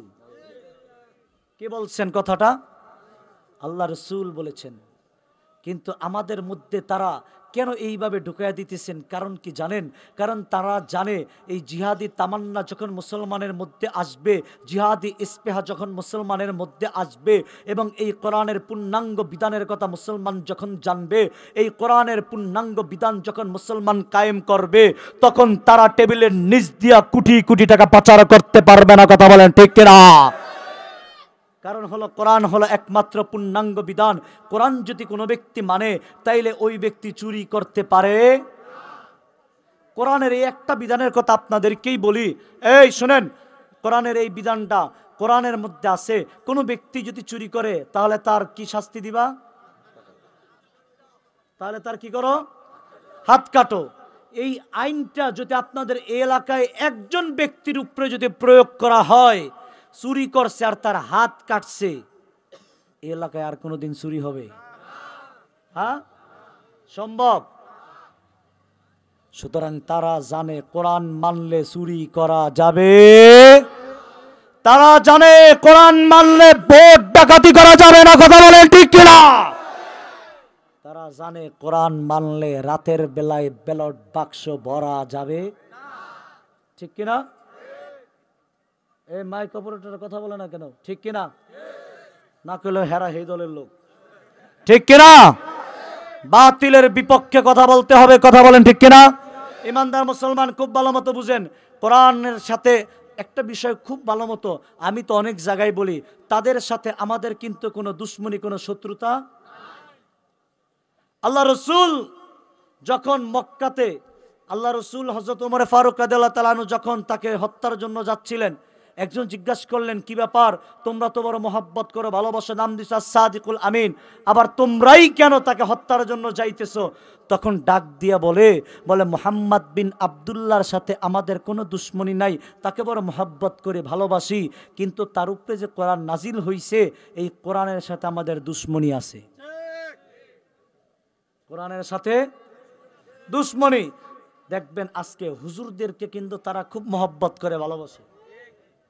কেমন? তারা কোনো অনুষ্ঠান করে, সর্বপ্রথম কিন্তু হুজুরদের মাধ্যমে, হুজুরদের দিয়া দোয়া কইরা এরপরে কিন্তু অনুষ্ঠান করে। তাদের গাছে যদি কোনো ফল ধরে, আগে কিন্তু হুজুররে খাওয়ায়। যদি দেখেন খেতে কোনো ফসল হয়, আইন আগে হুজুরে খাওয়ায়। তার মানে হুজুরের সাথে তাদের কোনো দুশ্মনী, হুজুরে কিন্তু খুব মহব্বত করে। এবার হুজুর শুক্রবার দিন জুমার মেম্বারে উঠা খালি ওয়াজ করছে, সুদ খাওয়া হারাম। হুজুর আসে না গেছে? হ্যাঁ, হুজুর আসে না গেছে? হুজুর কিন্তু শেষ, কথা বলেন ঠিক কিনা? এখন অবস্থাটা দেখেন, এই যে হুজুর যখন এই অবস্থাটা, অর্থাৎ হুজুরের সাথে এখন তার আর সম্পর্ক।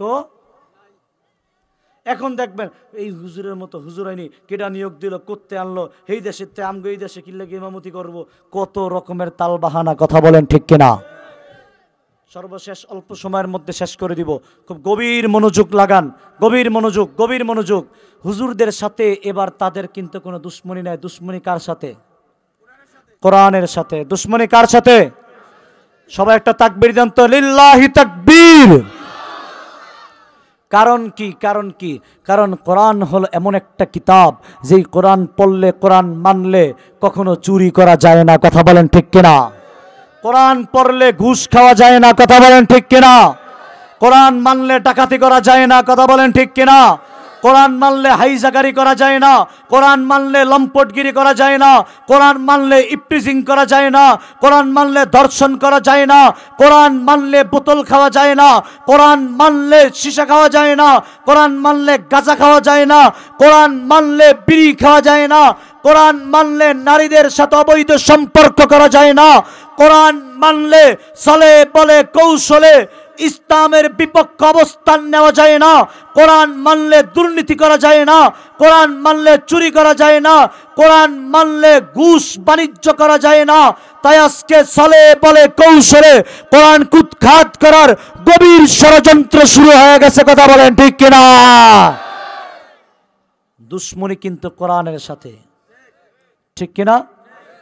আমাদের সাথে কোনো দুশ্মনী আছে? দুশ্মনী কার সাথে? মনে থাকবে তো? এবার আসেন এই কোরআনের সর্বশেষ দুইটা আয়াতের তাফসীর করে, দুইটা আয়াতের তরজমা করে বিদায় নিব ইনশাআল্লাহ। ইনশাআল্লাহ বলেন, জোরে বলেন। সমস্ত ক্ষমতার মালিক কে? জোরে বলেন কে? আসমান বানিয়েছে কে? জমিন বানাইছে কে? পাহাড় বানাইছে কে? কথা বলার শক্তি দিয়েছে কে?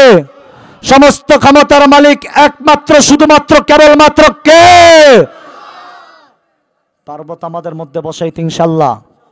সেই আল্লাহ রাব্বুল আলামিন আমাদেরকে ডাক দিয়া বলেন, ফাআম্মাল ইয়াতীমা ফালা তাকাহার,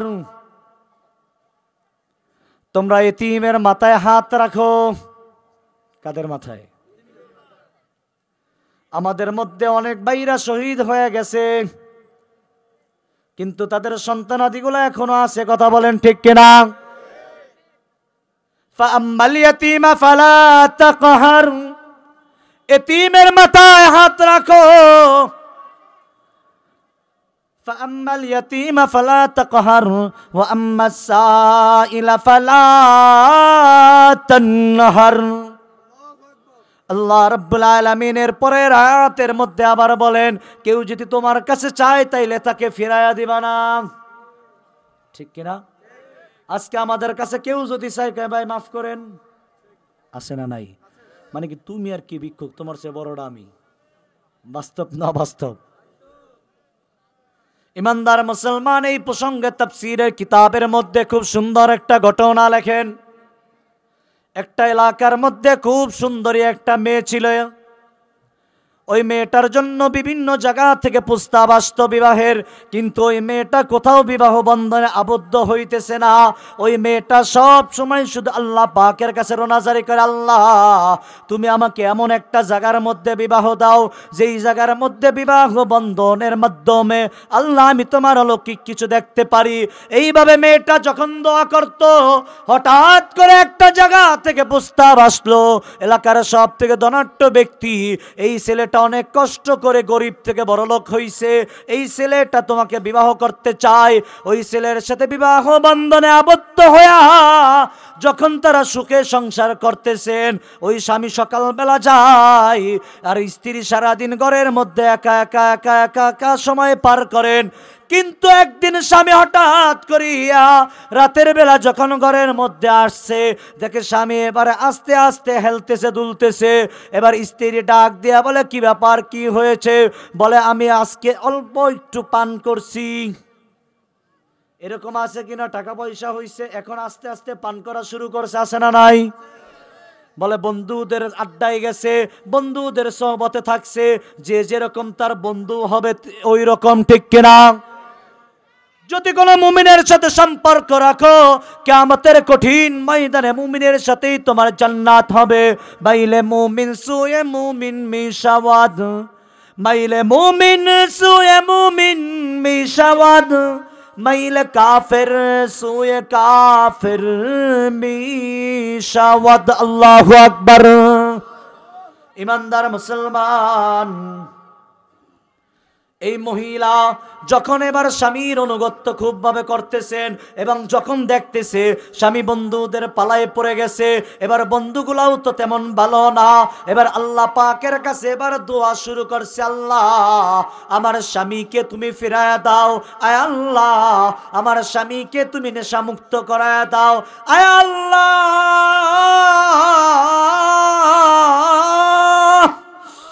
আমার স্বামীকে তুমি তোমার ওলির খাতায় নাম লেখায়া দাও। এখন তো স্ত্রীরা দোয়া করে না, এখন তো ঘরের মধ্যে গেলে আওয়ামী লীগ বিএনপির যুদ্ধ, ঠিক কিনা? ও মা বোনেরা, খুব ভালো মতো মজবুত কান দিয়া শুনেন। কোন ঘরে যদি সকাল সন্ধ্যা সূরাতুল ওয়াকিয়া তেলাওয়াত হয়, কোন ঘরের মহিলা যদি নিয়মিত যদি নামাজ আদায় করে, আল্লাহ রাব্বুল আলামিন ওই ঘরের মধ্যে টাকা পয়সার বারাকা দান করেন। আল্লাহ পাক ওই মহিলাকে সৌন্দর্য দান করেন। আরে কেমন সৌন্দর্য দান করেন? বিউটি পার্লারে যাইতে হবে না। কোন মানুষ যখন সিজদা দেয়, ওই ব্যক্তির চেহারায় তখন রক্ত চলাচল বৃদ্ধি হয়ে যায়।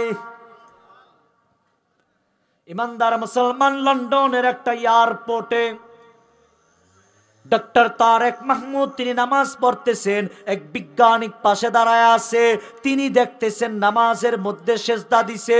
এবার তিনি নামাজ শেষ করার পরে বলে, তুমি এতক্ষণ কি ব্যায়াম করলা, কোথা থেকে শিখলা? বলে, আমি এটা কোনো ব্যায়াম করি নাই, আমি আমার আল্লাহর কাছে আমি নামাজ, আল্লাহর কাছে আমি প্রার্থনা করেছি। বলার সাথে সাথে বলেন, আমি এখনই কালিমা পড়ে মুসলমান হয়ে যাব। বলে, কেন, কি এমন দেখলেন? বলে, শুনো তাহলে, আমি 30 বছর গবেষণা করেছি, 30 বছর গবেষণা করিয়া আমি যা কিছু আবিষ্কার করেছি, তোমার এই এক নামাজের মধ্যে তার থেকে আর অনেক বেশি আছে। বলে, কি আছে? বলে, 1 নাম্বার শুনো তাহলে, যখন কোন মানুষ সিজদায় যায়, আল্লাহ পাক তখন তার চেহারার মধ্যে রক্ত চলাচল বৃদ্ধি করিয়া দেয়। মহিলারা যখন সিজদায় যায়, মহিলাদের চেহারার রক্ত চলাচল বেড়ে যায়, আর ওই জায়গাটা সুন্দর লাবণ্যময় হয়ে যায়। বিউটি পার্লারের ক্রিম মাখে, এবার দামি দামি সোনো মাখে, এইগুলো এবার সাবান দিয়া 3 বার ডলে, তাও উঠে না। কথা বলেন ঠিক কিনা? কয়েকদিন পরে চেহারায় গর্ত হয়ে যায়। বাস্তব না বাস্তব? আজকে মা বোনদেরকে বলে, ও মা, প্রত্যেক দিন প্রত্যেক দিন সকাল সন্ধ্যা ঘরের মধ্যে আপনি নামাজ যখন আরম্ভ করবেন, আপনার স্বামী বেলাইনে থাকলেও আল্লাহ পাক তাকে লাইনে এনে দিবেন। সুবহানাল্লাহ বলেন। ওই মহিলা যখন কান্না করেন, স্বামী এবারে বলতেছেন, আসলে তোমার উপরে তো বড় অন্যায় করেছি, আমি আর কালকে থেকে আর আমি এই কাজ করব না, আগামীকাল সারা দিন আমি তোমার পাশে থাকব। স্বামী স্ত্রী দুইজন সারা দিন একসাথে রান্না বাড়া করলো, সব কিছু কমপ্লিট করে যেই মাত্র খাবারের টেবিলের মধ্যে বসছে, হঠাৎ করে দেখে দরজার মধ্যে একজন ফকির আসছে। ওই ফকির আইসা দরজার মধ্যে এবারে নক করলেন। যেই মাত্র দরজার মধ্যে নক করলেন, সাথে সাথে এবারে ওই স্ত্রী সব থেকে বড় রোস্টের পিস, সব থেকে বড় চিংড়ি মাছ এইগুলা নিয়ে দরজার দিকে রওনা দিয়েছেন।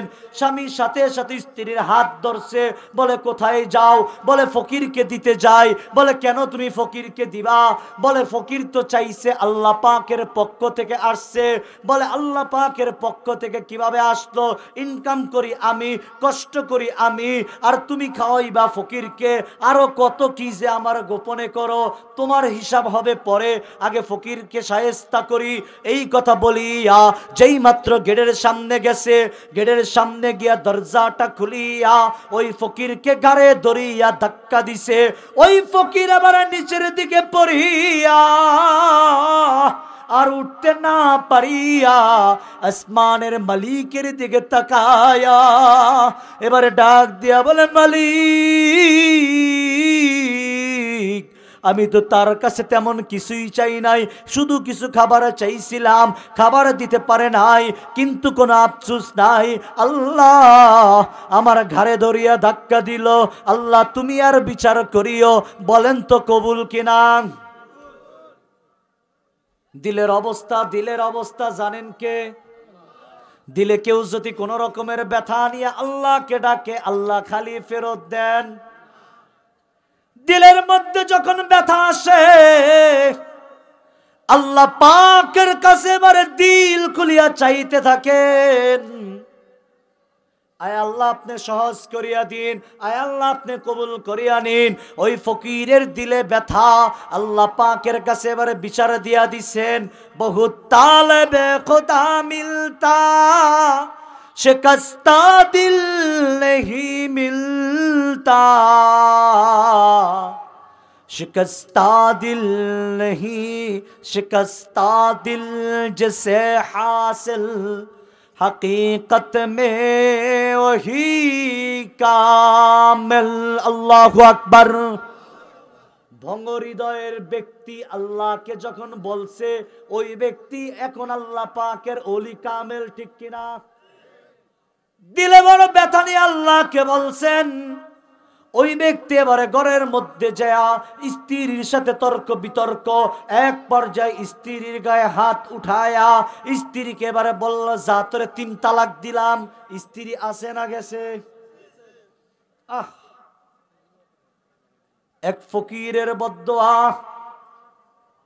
স্ত্রী এবার তালাক হয়ে গেছেন। ওই ব্যক্তি এবারে মাথায় হাত দিছেন, কারণ এমন সুন্দর একজন স্ত্রী পেয়েছি, কিন্তু কাজটা করলাম কি, ঠিক কিনা? স্ত্রী বাবার বাড়িতে চলিয়া গেল। এলাকার মানুষজন এবারে তার সম্পর্কে উল্টা পাল্টা বলতে শুরু করলো। দেখবেন অনেক তালাক প্রাপ্তা মেয়ে যখন বাড়িতে আসে, ওই মেয়ে জানে তার দুনিয়াটা কেমন, ওই মেয়ের বাবা জানে দুনিয়াটা কেমন। কথা বলেন ঠিক কিনা? এলাকার মানুষজন বলে, এত ভালো তো এত স্বামীর ঘর করতে পারলো না, ঠিক কিনা? সব তালাক প্রাপ্তা মেয়েদেরই দোষ থাকে। বাস্তব না বাস্তব? এলাকায় বের হইতে পারে না, বলে জানো না অমুকের মেয়ে তালাক, জানো না অমুকের মেয়ে ঘর করতে পারে নাই, ঠিক কিনা? ওই মেয়েটা বাড়িতে আসছে, আল্লাহ পাকের কাছে কান্নাকাটি করতেছেন। ওই দিক দিয়ে ওই যে ব্যক্তি, ওই ব্যক্তির অবস্থা আস্তে আস্তে খারাপ হয়ে যাইতেছে। এই মেয়েটা এবার আল্লাহ পাকের কাছে কান্না করে আর বলে, আল্লাহ তোমার অলৌকিক কিছু একটা দেখতে চাইছি, কিন্তু আমাকে তুমি এটা কি দেখাইলা? আয় আল্লাহ, আমি তোমার কাছে ফরিয়াদ করি, যখন যা কিছু হয় এর মধ্যেই কোনো না কোনো ভালাই। কথা বলেন ঠিক কিনা? ওই মেয়েটা কান্নাকাটি করেন। কয়েকদিন পরে একটা ছেলের থেকে আবার প্রস্তাব আসলো, মেয়েটা তার সাথে বিবাহ বন্ধনে আবদ্ধ হলো। এবার ওই মেয়েটা তার স্বামীর সাথে একত্রে আবার একদিন খাবার দাবার খাইতে বসছে। আবার যখন খাবার দাবার খাইতে বসছে, এখন ওই মুহূর্তে দেখে দরজার মধ্যে একটা ফকির আসছে। দরজার মধ্যে যেই মাত্র কোরআন আসছে, সাথে সাথে স্ত্রী স্বামীর দিকে তাকায়। স্বামী চোখ দিয়া ইশারা করে বলে, আমরা খাবো, পরে আগে ফকিরকে দিয়ে আসো। যেই মাত্র খাবার নিয়ে দরজার সামনে গেছে, স্ত্রী একটা চিৎকার দিয়া সেন্সলেস হয়ে এবার পড়িয়া গেছে। সাথে সাথে স্বামী দৌড়ায় আসছে, স্ত্রীর চোখে মুখে পানি ছিটায়া উঠায় আর ডাক দিয়া বলে, কি ব্যাপার, কি হয়েছে, তুমি কি কোনো কিছু দেখছো কিনা, ওই ফকির তোমাকে কিছু বললো কিনা, তুমি কি এমন হলো যে পড়িয়া গেলা? স্ত্রী চোখের পানি সারে আর ডাকিয়া বলে, ওই যে দরজার সামনে যেই ব্যক্তি দাঁড়ায় আছে, ওই ব্যক্তি তো আর কেহ নাই, ওই ব্যক্তি হলো আমার আগের ঘরের স্বামী। আমার স্বামী তো অনেক বড় ধনাঢ্য ছিল, কোটি কোটি টাকার মালিক ছিল। আমার স্বামীর তো টাকা পয়সা ব্যাংক ব্যালেন্সের কোনো অভাব ছিল না। কিন্তু আমার স্বামী একদিন এক ফকিরকে এইভাবে গাড়ে ধরিয়া ধাক্কা দিয়েছিল। আমি নিজ কানে শুনেছিলাম। ওই ফকির আল্লাহ পাকের কাছে বিচার দিয়েছিল, ওই ব্যক্তি কষ্ট নিয়ে আল্লাহ পাকের কাছে রোনাজারি করেছিল। আমার সেই ধনাঢ্য স্বামী আজকে ফকির বেশে আমার দরজার সামনে আমার স্বামী দাঁড়ায় আছে। তাকে দেখি আমি সেন্সলেস হয়ে গেছি, আমি অবাক হয়ে গেছি। এবার স্বামী তার দিকে তাকায়া মুস্কি হাসে আর বলে, স্ত্রী তাহলে শুনো, তোমার সেই স্বামীও আছে, তুমিও আসো, তাহলে সেই দিনের ফকির কোথায়? বলে, কোথায় সেই ফকির? আমি তো চিনি না, জানি না, দেখিও নাই। বলে, সেই দিনের ফকির হলো আজকে তোমার স্বামী। নদীরে কুল ভাঙে ও কুল গড়ে, এই তো নদীর খেলা। সকাল বেলার ধনীরে তুই ফকির সন্ধ্যা বেলা। এত বড় বড় ধনাঢ্য ব্যক্তি, টাকা পয়সা ব্যাংক ব্যালেন্সের কোনো অভাব নাই, কিন্তু সিরা লঙ্গিও কপালে জুড়ে না। ঠিক কিনা? সমস্ত টাকা পয়সা দেনেওয়ালাকে। তাই তো আল্লাহ রাব্বুল আলামিন ডাক দিয়া বলেন, ওয়া আম্মাস সাইলা ফালা তানহার। আল্লাহু আকবার। ও বান্দা, যখন তোর কাছে কেউ চাবে তখন তুই খালি ফেরত দিবি না। আজকে যদি আপনাদের কাছে চাই, খালি ফেরত দিবেন? আস্তে, এই উঠেন কেন, বসেন বসেন বাবা, অল্প সময় দোয়া হবে, বসেন। যদি চাই ফেরত দিবেন? 12 ঘন্টা সফর করে আসছি। কয় ঘন্টা? আমার ভাই টেনশনে মনে হয় শেষ, হারুন ভাই টেনশনে মনে হয় শেষ। এই তাফসির মাহফিলটা মাঝখানে বন্ধ ছিল, কিন্তু এর আগে এটা চালু ছিল। এই বছর থেকে আবার চালু হয়েছে। আগামী বছর দাওয়াত দেন আর না দেন, আমি আপনাদেরকে অগ্রিম দাওয়াত দিয়ে যাই। এই যতদিন পর্যন্ত বাংলার ঊর্ধ্ব আকাশে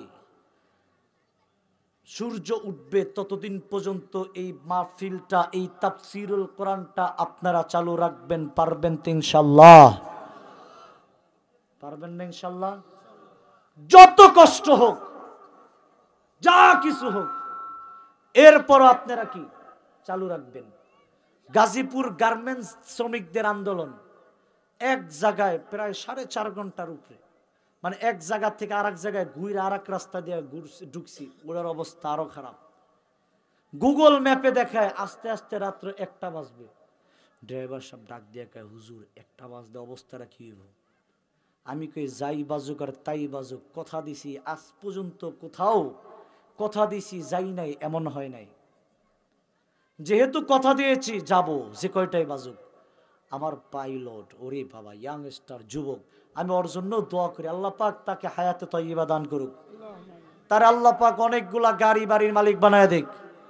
এমন টানা টানছে একদম আল্লাহ পাক যথা সময়ের মধ্যেই, প্রায় 10:30টায় টাইম দিছে, আল্লাহ পাক তারও আগে পৌঁছায় দিছে, আলহামদুলিল্লাহ বলেন। আমার ভাই কইছিল 10টা, আমি কইছি 10:30, 10:18তে গাড়ির থেকে নামি। সমস্ত এইগুলা হলো নিয়তের উপরে। নিয়ত করবেন, নিয়ত রাখবেন, এবং এখন থেকে, এই বছর থেকে ওয়াদাবদ্ধ হবেন, যতদিন জীবিত থাকবো এই তাফসীরুল কোরআন মাহফিল চালু রাখবো ইনশাআল্লাহ। পোলাপান্ডা দায়িত্ব দিয়া, নূর আলম ভাই তো আছে, বাইরে সব দায়িত্ব দিয়া আমরা মোটামুটি কি এইভাবে রাখবো। এই বাবা উঠেন না, উঠেন, এই বসেন, নাকি সবাই শরিক হয়ে তারপরে রাখবে ইনশাল্লাহ। আমি মুসাফির, এত লম্বা পথ পাড়ি দিয়ে আপনাদের এই জায়গায় আসছি। আমি আপনাদের কাছে রিকোয়েস্ট করব, অনুরোধ করব, প্রত্যেকেই অন্তত বাংলাদেশের যে সব থেকে বড় নোটটা আছে, আমরা একটা একটা করে আমরা দিব। পারবো তো ইনশাল্লাহ? দিব তো ইনশাল্লাহ? আওয়াজ দেয় দিয়ে দিব তো ইনশাল্লাহ? অনেকে একজন আরেকজন আমি আগে একটা দিছি, অনেকে এরকম আগে যা দিছেন দিছেন, আমি মুসাফির, আমার হাতে দিবেন, ঠিক আছে না ইনশাল্লাহ? যা আছে, হুজুর বাংলাদেশের বড় নোটটা তো নাই, পকেটে এখন যেই নোটটা আছে ওইটাই এখন কি দিবেন, ঠিক আছে তো ইনশাল্লাহ? পকেটের সব থেকে বড় নোটটা আপনারা আল্লাহর জন্য দিবেন, পারবেন তো ইনশাল্লাহ? এরপরে আজকের তাফসিরের সর্বশেষ অংশটা শেষ করব। সবাই অনেক অনেক সময় ধরে বসে আছেন, দুইটা হাত একটু উপরের দিকে উঠান তো, দুই হাত, দুই হাত, দুই হাত, তাড়াতাড়ি তাড়াতাড়ি, দুই হাত দেখেন তো কে কে মানে এইবার দেখেন কারা কারা উড়ায় না, এরা ঘুমাইছে। এই যে চেয়ারের মধ্যে দুই হাত উড়ান, সব দুই হাত, দুই হাত, একদম টান টান টান টান টান টান, দুই হাত উড়াইছেন। এবার একটু বন্ধ করেন, মুট করেন, নামাইতে কই নাই, মুট করতে কইছি, মুট করেন, মুট করেন, করছেন? এবার একটু খুলেন, একটু লাড়া দেন, জান্নাতি পরিবেশ। আবার বন্ধ করেন, বন্ধ করেন, সোজা পকেটে ঢুকান, সোজা পকেটে ঢুকান। এবার যার পকেটে ব্যাগ, কাদেরকে দায়িত্ব কি? হারুন ভাই, আরো যারা যারা আছেন, ব্যাগ পকেটতে বের করেন, পকেটের সব থেকে লাজিদ্দাওয়ালা নিদ্দাওয়ালা হাদ্দানি মাহুলা আল আনা কামা কানা ওয়ালাম ইয়ালকা জাওয়ালা লা ক্বাবলা ওয়ালা বাদা ওয়ালা ওয়াক্ত জামানা লা মানি আলা হাজিবা লিল্লাহি তাআলা আল আউয়ালু ওয়াল আখিরু ওয়াজ জাহিরু হাক্কা আল আউয়ালু ওয়াল আখিরু ওয়াজ জাহিরু হাক্কা ওয়াল বাতিনু মাওলায়া ওয়ালা কিলা ওয়া কালা সাদাকানা ওয়ালা শাইয়া ওয়ালা শামসা দিয়াউ লা নারা ওয়ালা নূরা আলাল কাউনি তালালা লা জিসমা ওয়ালা রূহা ওয়ালা রিহা ওয়া মাউ লা জিসমা ওয়ালা রূহা ওয়ালা রিহা ওয়া মাউ লা নাজমা ওয়ালা শাজরা ওয়ালা হাজরা সিকালা। এই আয়াত, এই তরজমাগুলা ইনশাআল্লাহ খুব অতি শীঘ্রই আল্লাহ পাক যদি তৌফিক দান করেন, আমি বাংলা ছন্দ আকারে এগুলো আপনাদের সামনে উপস্থাপন করব, এবং লিখিত আকারে রাসূলের সিরাত সম্পর্কে একটি বই, যেটার মধ্যে পুরা বিষয়গুলো চলে আসবে। আল্লাহ পাক আমাদের প্রত্যেককে কবুল আর মঞ্জুর করুক, সকলেই বলেন আমিন। আর একটু জোরে বলেন না আমিন, আরো জোরে বলেন আমিন। সর্বোপরি সর্বশেষ কথা, বাংলাদেশের আকাশের মধ্যে বিভিন্ন জায়গার শকুনদের ছায়া দেখা যাইতেছে। আমি পরিষ্কার বলি, স্পষ্ট কথা তো ওইটাই, যা হবার তাই হবে, যা হবার। কিন্তু ওলামাই কেরাম এই এই কিরে বাবা, কিন্তু ওলামাই কেরাম সব সময় নাইট গার্ডের ভূমিকায় থাকে। কিসের ভূমিকায়? নাইট গার্ডের ভূমিকায়। আপনাদের এলাকায় বাজার আছে তো, নাইট গার্ড আছে, পাহারাদার আছে, আছে। যদি দেখে যে চোর আসছে তখন কি করে? এই চোর আইছে রে, ধর রে, ঠিক কিনা? ডাক দেয় না? কখনো কখনো চোরাই নাইট গার্ডের মাথার মধ্যে বাড়ি দেয়, ঠিক কিনা? কখনো কখনো বাড়ি দেওয়ার আগে আবার পালায়, কথা বলেন ঠিক কিনা? ওলামাই কেরাম হলো ইসলামের নাইট গার্ড। আসতে বলেন কেন? ওলামাই কেরাম হলো ইসলামের নাইট গার্ড। এরা যখন দেখবে কোরআনের উপর আক্রমণ আসছে তখন ডাক দিয়া বলবে ধর রে। যখন দেখবে রাসূলের উপরে আক্রমণ আসছে ডাক দিয়া বলবে ধর রে। যখন দেখবে আল্লাহর রাসূলের স্ত্রীদের উপর আক্রমণ আসছে ডাক দিয়া বলবে ধর রে। যখন দেখবে কোরআনের পাখিদের উপরে, কোরআনের আইনের উপরে, কোরআনের আয়াতের উপরে আক্রমণ আসছে ডাক দিয়া বলবে ধর রে। তখন সদা সর্বদা সব জায়গায় সব সময় প্রস্তুত থেকে নাইট গার্ডের ডাকে সাড়া দিয়ে বাংলাদেশ থেকে নাস্তিক মুরতাদ আসিফ নজরুল আর ফারুকীদেরকে উপদেষ্টা থেকে বিতাড়িত করার আন্দোলনে শরীক হতে হবে, কথা বলেন ঠিক কিনা? পারবেন তো ইনশাল্লাহ? পারবেন ইনশাল্লাহ? আবার এই সুযোগে কেউ কেউ আরে বাবা যতই সুযোগ নেক ওলামায়ে কেরাম যেদিক আমরা, আসতে বলেন কেন? আমরা ওলামায়ে কেরাম যেদিক আমরা, নাকি ওলামায়ে কেরাম যেদিক নেই ইঞ্জিনিয়াররা সেদিক? ইঞ্জিনিয়াররা যেদিক আমরা সেদিক, ডাক্তাররা যেদিক আমরা সেদিক। সর্বশেষ এই কথাটা বলেই বিদায় নিব এবং এরপর আমরা সবাই সূরাতুল ইখলাস পড়ব। আপনাদের এলাকায় তো বাড়িঘর আছে তো 2-4-5 তলা আছে? আচ্ছা, এই বাড়িগুলো যখন আপনারা করেন তখন বাড়ি করার পরামর্শ, বুদ্ধি, ডিজাইন কার থেকে নেন? ইঞ্জিনিয়ার, ডাক্তারের কাছ থেকে নেন না? যদি কেউ অসুস্থ হয় তখন কি বুদ্ধি কি ইঞ্জিনিয়ার সাহেবের কাছে জিগান? তখন কাকে জিগান? যদি দিনের কোনো বিষয় যদি আসে, কোরআনের কোনো বিষয় যদি আসে, হাদিসের কোনো বিষয় যদি আসে, যদি রাসূলের জিন্দেগীর কোনো বিষয় যদি আসে, তখন জিজ্ঞাসা করবেন ইঞ্জিনিয়ার সাহেবরে, ডাক্তার সাহেবরে, কাকে? মনে থাকবে? এবার আসেন, এই জায়গার মধ্যে বিষয়টা নিয়ে বাংলাদেশে অনেক দূর 4 জন শহীদ হয়েছে। ইস্তেমার ময়দানকে তারা কুলুষিত করেছে। অনেকেই বলে এটার কোনো প্রমাণ নাই। আমি আর আপনাদেরকে বলি, দিল্লি কালা মসজিদ আমি একদিন রাত্রি যাপন করেছি, নিজামুদ্দিন একদিন রাত্রি যাপন করেছি, এরপরে ইউপিতে প্রোগ্রাম শেষ করে এরপরে আমি 3 ঘন্টা ট্রেনে সফর করে নিজামুদ্দিন আইসা এরপরে আমি সাদ সাহেবের বয়ানে বসছিলাম। বয়ানে দেখেছি হযরত মুসা আলাইহিস সালাতু সালামের ব্যাপারে যখন কথা বলছে শরীরটা তখনই কেমন জানি করতেছিল। যখন আমার রাসূলের ব্যাপারে যখন জিহ্বা নাড়াইছে আমি শুধু মনে মনে শুধু করছি কপাল ভালো বাংলাদেশ নয়, বাংলাদেশ হলে জিহ্বা টান দিয়ে ছিঁড়ে ফেলতাম, কথা বলেন ঠিক কিনা? রাসূলের বিরুদ্ধে কথা বলবে, জিহ্বা নাড়াবে, তাদের পক্ষপাতিত্ব করবে, দালালি করবে, এদেরকে আমরা ছাড় দিব না, কথা বলেন ঠিক কিনা? দাড়ি টুপি পাগড়ি কাদিয়ানিও বানছে, ঠিক না?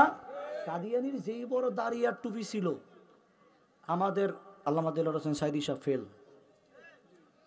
এত বড় গোলাম মির্জা কাদিয়ানি নিজে দাবি করছে নবী। সুতরাং পরিষ্কার মনে রাখবেন, পরিষ্কার এই সমস্ত এতাতের পক্ষে আমার যদি কোনো ভাইরা থাকেন আমি বিনীতভাবে অনুরোধ করব, ওলামায়ে কেরামের সাথে আসেন, ওলামায়ে কেরামের মতো চলেন, ওলামায়ে কেরাম থেকে পরামর্শ নেন।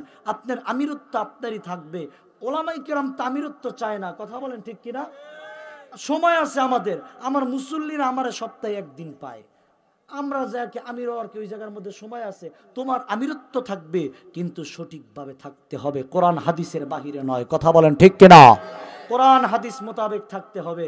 ওই জোর জবরদস্তি স্বৈরাচারের ভূমিকায় থাকা যাবে, ওইটাও স্বৈরাচার এটাও স্বৈরাচার। তারাও শাপলা চত্বরে রাতের বেলা লাইট বন্ধ করে, নেটওয়ার্ক বন্ধ করে তারপরে আক্রমণ করেছিল। ঠিক এরাও রাতের বেলা প্রশাসনকে ওই জায়গা থেকে সরায়া দিয়া তাহাজ্জুদ গুজার যারা ছিল এদের উপর আক্রমণ করেছে, ঠিক কিনা? সেম প্যাটার্ন এক, উদ্দেশ্য এক, পিছনের ইন্ধন দাতা ব্যক্তিরাও এক। মনে থাকবে তো? এই জন্য আমি রিকোয়েস্ট করবো আমার সাধারণ ভাইরা যারা আছেন, আল্লাহ পাক আপনাদেরকে কবুল আর মঞ্জুর করুক, বলেন আমিন। এবং প্রত্যেকটা তাফসির মাহফিল আপনারা প্রতিষ্ঠিত করবেন, জান লাগুক, মাল লাগুক, অর্থ লাগুক, সব কিছু দিবেন। আল্লাহ পাক কবুল আর মঞ্জুর করুক। সকলেই ইস্তেগফার পড়েন, আস্তাগফিরুল্লাহ।